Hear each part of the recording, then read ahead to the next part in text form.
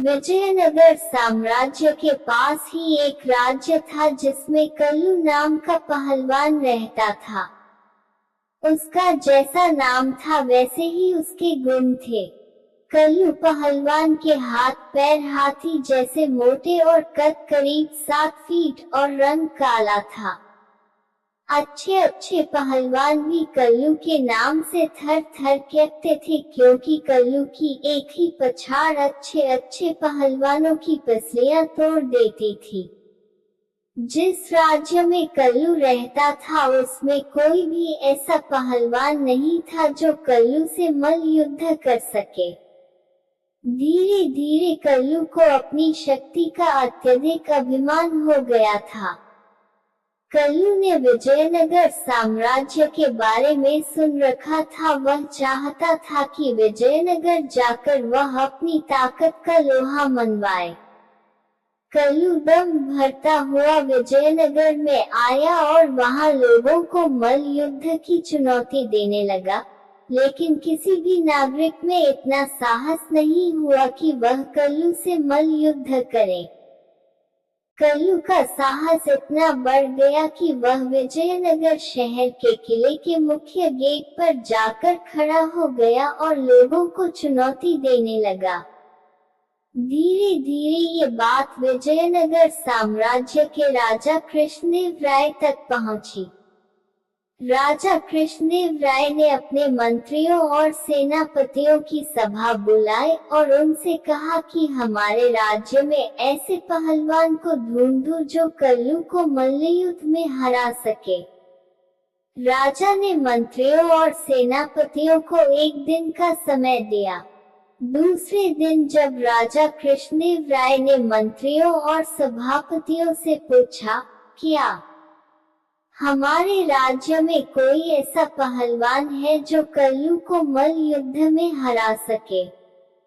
किंतु राजा को कोई उत्तर नहीं मिला। ये देखकर राजा बहुत निराश हुए और उन्होंने कहा, अब हमारे पास दो ही रास्ते हैं, या तो हम कल्लू को उसके दुस्साहस के लिए दंड दें या कल्लू को भरी सभा में बुलाकर पुरस्कृत करें कि उसके समान दूसरा पहलवान विजयनगर साम्राज्य में नहीं है। किंतु इन दोनों ही स्थितियों में विजयनगर को ही शर्मिंदगी झेलनी पड़ेगी। तभी तेनालीराम भरी सभा में उठकर बोले, महाराज, मैं कल्लू से मल्लयुद्ध करूंगा। ये सुनकर सभा में बैठे सभी मंत्रियों और राजा कृष्णदेव राय को भी हंसी आ गई। राजा कृष्णदेव राय ने तेनालीराम से पूछा, तेनालीराम, क्या तुमने कल्लू पहलवान को देखा है और क्या तुम उससे मल्ल युद्ध कर सकोगे? तभी तेनालीराम बोले, महाराज, विजयनगर साम्राज्य की शान रखने के लिए मैं कल्लू पहलवान से मल्ल युद्ध करूंगा, चाहे इसमें मेरी जान क्यों ना चली जाए। तेनालीराम की बात सुनकर राजा कृष्णदेव राय बहुत प्रसन्न हुए और उन्होंने तेनालीराम को इसकी अनुमति दे दी। दूसरे ही दिन शहर में ढिंढोरा पिटवा दिया गया कि कल्लू पहलवान से तेनालीराम मल्ल युद्ध करेंगे। अगले ही दिन से तेनालीराम शहर के बाहर स्थित भैरव के मंदिर में जाकर तंत्र साधना करने लगे। ये बात कल्लू पहलवान तक पहुंच गई। कल्लू पहलवान ने सोचा कि मैं भी चलकर देखता हूँ कि तेनालीराम भैरव मंदिर में किस तरह की तंत्र साधना कर रहा है।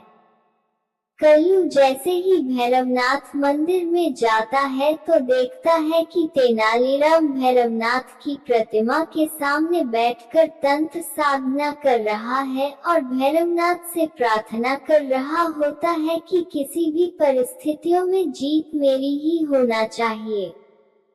तभी भैरव की प्रतिमा से आवाज आती है, तेनालीराम, तुम परेशान नहीं होना, मेरी कृपा से तुम इतने शक्तिशाली बन चुके हो कि तुम जिस किसी से भी लड़ाई करोगे तुम्हारी एक ही पटकनी में उसके प्राण निकल जाएंगे।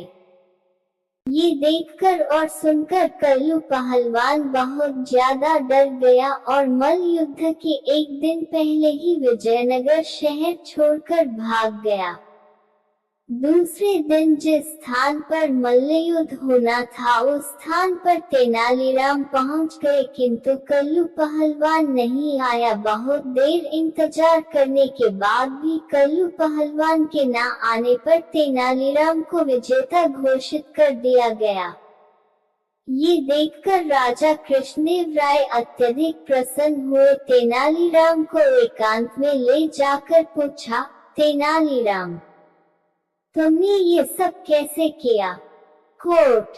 तेनालीराम मंद मंद मुस्कुराए और बोले, महाराज, मैंने तंत्र साधना की झूठी खबर कल्लू पहलवान तक पहुंचा दी थी और जिस दिन वह मंदिर में आया उस दिन भैरवनाथ की मूर्ति के पीछे मैंने अपने एक आदमी को बैठा दिया और मैं उसी से वार्तालाप कर रहा था, जिसे सुनकर कल्लू पहलवान को लगा कि मैं सचमुच भैरवनाथ से बात कर रहा हूँ और उनकी कृपा से मुझ में असीम ताकत आ गई है, और इसी बात से वह डर गया और शहर छोड़कर भाग गया।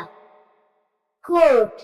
इस तरह तेनालीराम ने हमेशा की तरह विजयनगर की लाज रखी और राजा कृष्णदेव राय ने हमेशा की तरह तेनालीराम को बहुत सारा धन धान्य देकर पुरस्कृत किया। प्लीज दोस्तों वीडियो को लाइक और सब्सक्राइब कर दो।